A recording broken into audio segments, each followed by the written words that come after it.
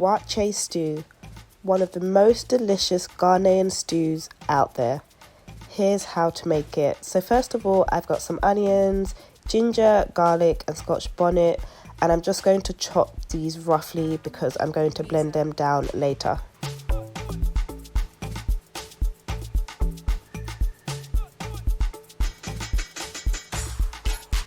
So you want to chuck all of these ingredients in a blender, add a tiny bit of water just to help it blend easier, and blend until smooth.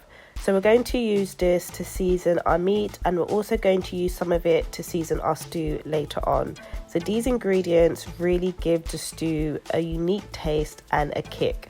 So here I've got my cleaned beef, I've added some salt, some Maggi, and then most of that paste, that onion, ginger, garlic paste that we made earlier on, and I'm just going to cook this and it will create its own juices. Separately, I've sliced up some red onions, and this is going to form the base of my stew. So I'm going to start by cooking these down in oil, and then I'm going to add some tomato paste and mix this all in. To start the seasoning, I add a bit more of that onion, garlic, chili paste that we made earlier, and away from this, I'm going to blend down some large tomatoes. You want to add your tomatoes and a little bit of water to this mix, and then you want to season it with a bit of curry powder, another Maggi cube, and then some shrimp powder. So the shrimp powder gives it, again, a unique taste.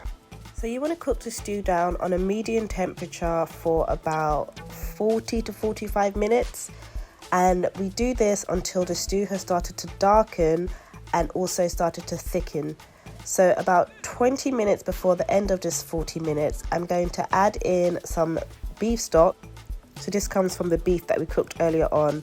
I'm also going to add in all of that beef into my stew and mix it in. You want to add some salt, all-purpose to taste, add a bit of water if you want to break the stew up a bit, and cook it down for that final 20 minutes. I've also added some eggs and mixed this into the stew as well.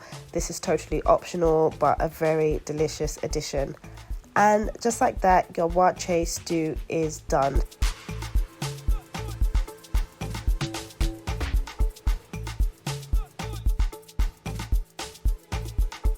If you like this recipe, please remember to comment, like and subscribe, and I'll see you in the next one.